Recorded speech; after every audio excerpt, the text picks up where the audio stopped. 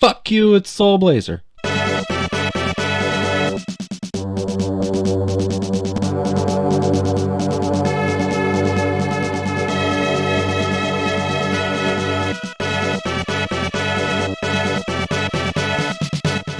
Wise men, they tell a tale late at night of a great king destroyed by the temptation of evil.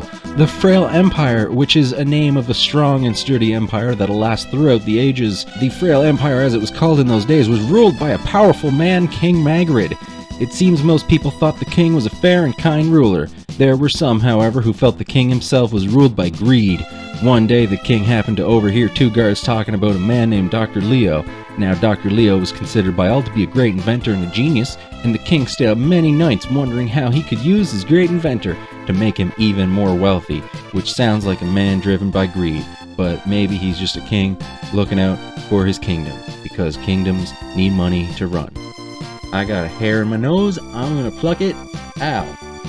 That was tickling my nose. All of a sudden, the king had an idea. He ordered his guards to capture Dr. Leo and bring him to the castle at once. Soon Dr. Leo was brought to the castle, and the king confined him in a small room and ordered him to invent a machine that would summon the king of evil, Death Toll, which is like this world's Satan. And if you were a greedy king who had a brilliant inventor in his kingdom, would your first thought be to summon Satan? Because, I don't know, me, I'd probably put him to work solving a problem that would save our kingdom a ton of money, or be something that we could sell to other kingdoms, you know? I don't know, just seems like a whole deal with the devil thing is like a last resort kind of thing.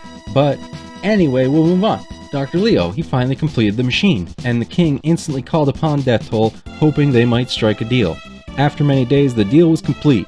I'm guessing Death Toll's lawyers had to proofread the final draft of the contract before he'd signed, because Death Toll's gonna have good lawyers, because the Satan always does have the good lawyers. Because the Satan has all the money. The king would bring Death Toll all living creatures, and in return Death Toll would give him a gold piece for each one. One by one, all living creatures began to disappear. Soon the world was completely empty, and that has got to be excellent for the economy, because, you know, literally, no one left to buy things from. So you have all the money in the world, literally, because there's no one else left to have money. So how does the money have any value now? You just have a big pile of gold and no one to use it fucking on over.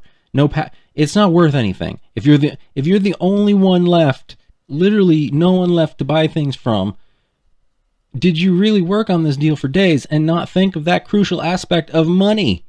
You know? Two people were watching this catastrophe, the master and you, his follower. The king was very foolish to be tempted by evil, however I will give him another chance. You must go down to earth and revive the world, the master said. That's very nice, give him another chance. I wouldn't give him another chance. I'm gonna sell every single soul on the planet for money. To Satan for money. I'm gonna sell every single soul on the planet, and the master's like, he deserves a second chance. Yeah, it's not so bad. I mean, who wouldn't? Who wouldn't call up Satan and say, hey, if you take every single living creature on this planet away and give me money for it, I will like... I went off on a tangent. This is not in the script. On a ray of light you descended to earth, a warrior sent to revive the living and punish evil. A Soul Blazer! A Soul Blazer! This is Soul Blazer, you guys! It's Soul Blazer! It's so cool. It's Soul Blazer. He blazes souls. And it's so cool. I like it. Soul Blazer!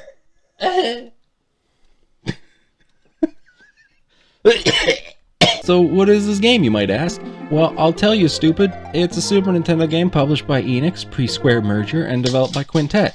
The doggy jumped off the chair. He wants out. Okay. It's warm in here, I know. Here you go, little bum. I'll be right out.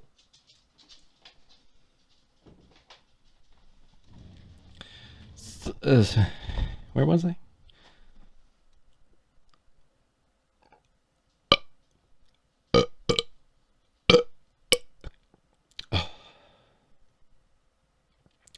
It's a Super Nintendo game published by Enix, pre-Square merger, and developed by Quintet, and it's the second game of what's called the Quintet Quintilgy, a collection of 5 Super Nintendo games loosely connected, mostly by thematic elements and maybe a few cameos. Soul Blazer released in 1992, with the first game of the Quintilgy, ActRaiser, releasing in 1990, and the third and fourth games, ActRaiser 2 and Illusions of Gaia respectively, released in 1993. The final game, Terranigma, released in Japan in 1995, but wouldn't see a European release until late 1996 and skipped America entirely. It's too bad too, because it's probably the best game of the Quintilgy, which for some reason does not include 1994's Robotrek, another Enix-published game for the Super Nintendo that's a turn-based RPG about building and battling robots. I've never played it, but it looks interesting, so maybe I'll check it out someday. But back to Soul Blazer, which is an action-adventure game somewhat similar to Zelda, and like most games of its type, it begins with entering your name. So I go with the obvious choice. Anally. Enter the first room and anally receives the Sword of Life. Now it's time to basically learn what this whole game is about. The glowing thing, a monster spawn. This thing will spit out monsters one after another until it's empty, and once it's empty, it turns into a green switch that you walk over to change something somewhere in the world. This releases some old man who gives you the flame ball magic, and he turns into a little ball of light that circles you for the whole game. This sets up the basics. You got a sword, a magic spell that requires gems, those little gold nuggets the enemies drop, and you understand the monster spawns and the basic flow of the game. Now I'm going to spoil this video a little bit here. It's not a fantastic game. It's okay, but ultimately bland and forgettable, and there's a reason if you weren't around for this game when it came out, you've probably never heard of it. It's passable, and that's just not going to cut it when it releases mere months after the juggernaut that was A Link to the Past. That game begins with an atmospheric trek through the rain to sneak into the castle through a secret tunnel. This game begins with a tutorial room. It's fine, but it doesn't really try to impress, and it falls short comparatively. You might be asking, dumbass, why would you decide to do this as your first video? Why not do something that you either really love or really hate? Why go right to the mediocre middle ground of action-adventure? Well, we're gonna get to that real soon, because this game at least doesn't take long to get going. You get dumped into this large empty field and have to figure out where to go, which is left and down until this flower tells you about creatures being held in the underground castle. Nobody ever explains why this flower, this lone sentient flower, is the one creature on the entire planet, unless you count all the blades of grass around here, that was not taken away for the princely sum of a single gold piece. But that's not important right now because we got monsters to kill. This first monster spawner is a trigger for this. Anally released an old woman. And no joke, this is when I chose this game. I not even 5 minutes in and anally released an old woman. And that's it. I honestly don't know if I'm going to have much left to say about this game after this point, but it doesn't matter because I'm an idiot. So you return to Grass Valley, blaze it, and you return to the old woman you released, who apparently came to her entire house, which had also been wiped off the map for some reason. Did she stay in her house in hell or wherever Death Toll took everyone? Did the king get money for the buildings and the furniture that was taken, or just the people? Is that why Death Toll agreed to this deal? Is he everyone's landlord now? This game doesn't care about your questions because this lady is lonely and decides to adopt the first grown man that wanders into her home because logic is a fallacy and everything you've ever believed is a lie tainted with madness. Really? I will call you Anally from now on. That seems like it's gonna get real confusing on Taco Tuesdays. I generally stop to save my game whenever I return to town since it's right there. Anally, how can I help you? Ointment? Anally, you are doing well. Oh, well, thanks for noticing. The music in this game is alright, but the music in your little home base is fucking fantastic. I mean, check this shit out.